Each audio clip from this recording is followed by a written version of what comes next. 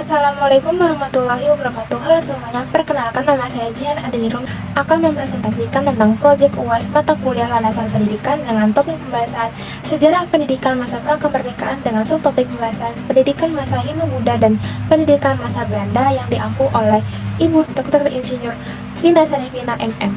Ringkasan materi, pendidikan di Indonesia terbagi menjadi beberapa tahapan yang berbeda di setiap masanya, mulai dari pendidikan masa Hindu-Buddha yang kental dengan keagamaan dan kebudayaan masa Hindu-Buddha, masa Islam yang tidak bisa dilepaskan dari khasnya pesantren atau pendidikan Islam di langgar, musola, dan sebagainya, pendidikan masa kolonial yang kental dengan ciri khas kebaratan dan bertujuan untuk memenuhi kebutuhan dan kepentingan bangsa barat, serta pendidikan masa Jepang yang juga erat dengan kepentingan penjajah. Pendidikan di Indonesia setiap masanya memiliki ciri khas perbedaan sendiri, mulai dari karakteristik, tujuan konten pembelajaran, sarana prasarana, dan sistemnya secara keseluruhan. Selanjutnya ada learning outcome. Yang pertama, mempelajari sejarah pendidikan di Indonesia prakemerdekaan. Yang kedua, memahami makna sejarah pendidikan di Indonesia prakemerdekaan. Yang ketiga, mengetahui sejarah pendidikan di Indonesia prakemerdekaan. Sejarah pendidikan masa Hindu-Buddha. Masa Hindu-Buddha berlangsung sekitar 12 abad, yaitu dari abad ke-5 hingga abad ke-16. Pada masa ini, pendidikan keagamaan di Hindu-Buddha memiliki ciri-ciri sebagai berikut. Pengelolaan pendidikan dilakukan oleh kaum Brahmana, sifatnya tidak formal, guru dapat diundang ke istana, pendidikan kejuruan dilakukan secara turun-temurun melalui jalur kastanya masing-masing, pembelajarannya mengkolaborasikan antara agama dan rasional pikiran manusia.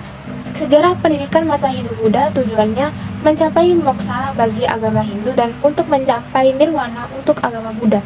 Pendidikan pada masa itu dibedakan berdasarkan kasta. Masyarakat Indonesia juga menjadi berkembang karena berakulturasi dan berinteraksi dengan tradisi Hindu-Buddha. Konten pelajarannya yaitu keagamaan dan kesusastraan, sistem magang, membantu pekerjaan guru, dan pengetahuan diperoleh sedikit demi sedikit secara langsung sampai ia mahir. Sejarah pendidikan masa Belanda. Pada tahun 1899, Gubernur Jenderal Hindia Belanda Van Deventer menerapkan politik etis di Indonesia. Salah satu kebijakan yang ada dalam politik etis adalah edukasi dan pendidikan. Belanda kemudian mendirikan beberapa sekolah untuk kalangan pribumi, baik kelas bawah, menengah, maupun tingkat tinggi. Perkembangan pendidikan di Indonesia mulai lebih progresif setelah memasuki tahun 1900. Yang pertama, bertujuan untuk kepentingan Belanda. Pendidikan kolonial lebih berfokus pada menghasilkan tenaga kerja yang memiliki keterampilan dasar seperti membaca, menulis, dan berhitung, tetapi hanya sebatas untuk mendukung administrasi dan ekonomi Belanda. Yang kedua, menekankan pendidikan elit pribumi. Pendidikan pada masa kolonial Belanda yang menekankan elit pribumi merujuk pada kebijakan pendidikan yang hanya memberikan akses terbatas kepada segelintir golongan masyarakat pribumi, khususnya kaum bangsawan atau anak-anak pejabat lokal. Yang ketiga, pendidikan untuk Belanda dan pribumi memiliki perbedaan atau dualisme. Pendidikan untuk Belanda dirancang untuk mencetak pemimpin, pegawai tinggi atau profesional yang dapat memegang jabatan strategis di pemerintahan kolonial. Pendidikan untuk pribumi dirancang agar pribumi tetap berada dalam posisi subordinat hanya sebagai pekerja kasar atau pegawai rendahan. Yang keempat, memiliki kebijakan politik etis. Politik etis adalah kebijakan yang diperkenalkan oleh pemerintah kolonial Belanda pada tahun 1901 berdasarkan konsep bahwa Belanda memiliki utang budi kepada rakyat pribumi atas eksploitasi yang dilakukan selama masa penjajahan.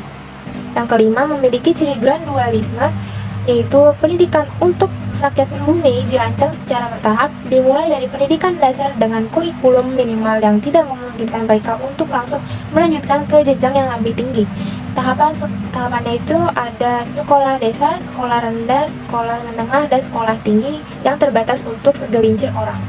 Tingkat pendidikan yaitu ada 3. Yang pertama, sekolah dasar, sekolah lanjutan, dan sekolah tinggi dengan nama-nama sekolah sebagai berikut. Selanjutnya ada studi kasus, yakni perbandingan sistem pendidikan era kolonial dan sekarang.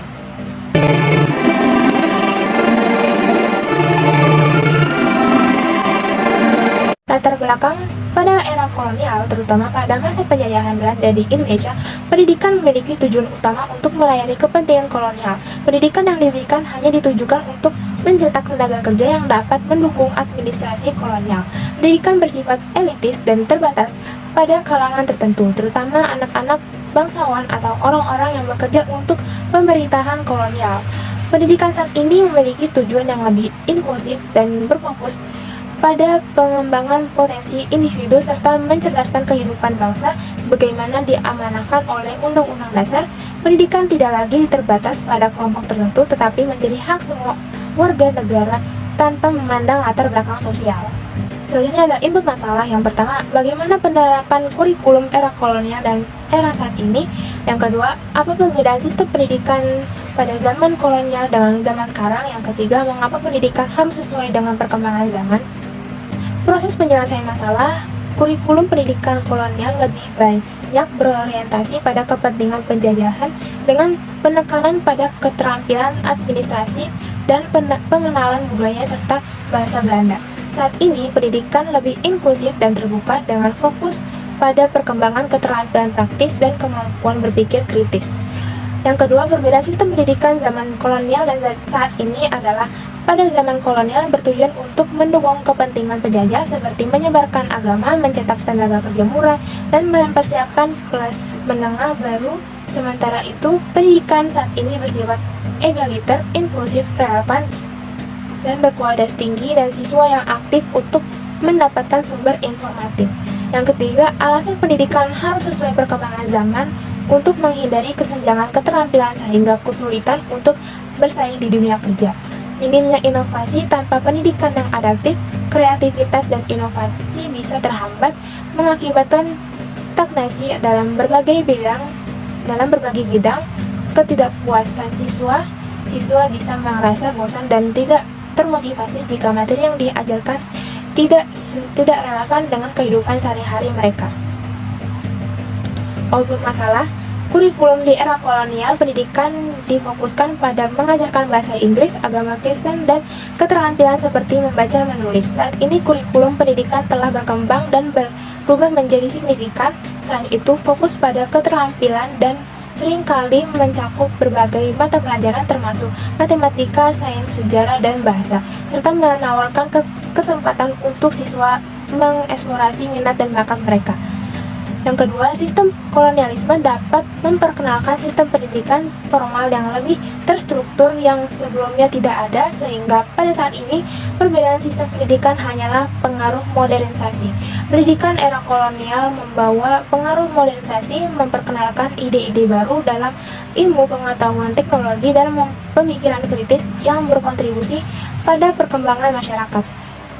Yang ketiga, dengan menyesuaikan konsep visi, misi, dan tujuan pendidikan harus sesuai perkembangan zaman, pendidikan berhasil menjadikan aspek yang penting untuk pendidikan di Indonesia bahkan hingga bertahan sampai saat ini dan berkembang dapat meningkatkan kualitas perkembangan secara signifikan. Feedback yang pertama, kurikulum selalu terjadi perubahan, maka diharapkan dapat meningkatkan kualitas pendidikan dengan memperbarui metode ajar, menyebarkan kurikulum dengan perkembangan ilmu, pengetahuan dan teknologi, serta memperhatikan kebutuhan siswa secara keseluruhan. Dan yang kedua, tentunya beda zaman memiliki perbedaan sistem pendidikan, maka perlu dikembangkan untuk mengembangkannya bisa dengan menyediakan sumber daya yang memadai seperti fasilitas pendidikan, memiliki sumber daya yang cukup, dan diharapkan siswa dapat menyesuaikan diri dengan tantangan global seperti adaptasi, kreativitas, dan kolaborasi. Yang ketiga, penyelenggaraan pendidikan harus menyesuaikan dengan perkembangan zaman, dapat dilakukan dengan pembelajaran berbasis proyek, maka dapat mendorong siswa untuk bekerja pada proyek yang relevan dengan kehidupan sehari-hari dan memanfaatkan keterampilan mereka dalam konteks nyata. Kesimpulannya, pendidikan masa Hindu-Buddha kental dengan keagamaan dan kebudayaan khas Hindu-Buddha. Pendidikan pada masa Belanda memiliki ciri khas kebaratan dan bertujuan untuk memenuhi kebutuhan dan kepentingan bangsa Barat. Sistem pendidikan yang diterapkan memiliki dampak positif dan negatif baik bagi rakyat pribumi maupun bangsa Indonesia secara keseluruhan. Berikut beberapa sumber daftar buku pustaka yang saya dapatkan. Sekian dari saya, terima kasih. Wassalamualaikum warahmatullahi wabarakatuh.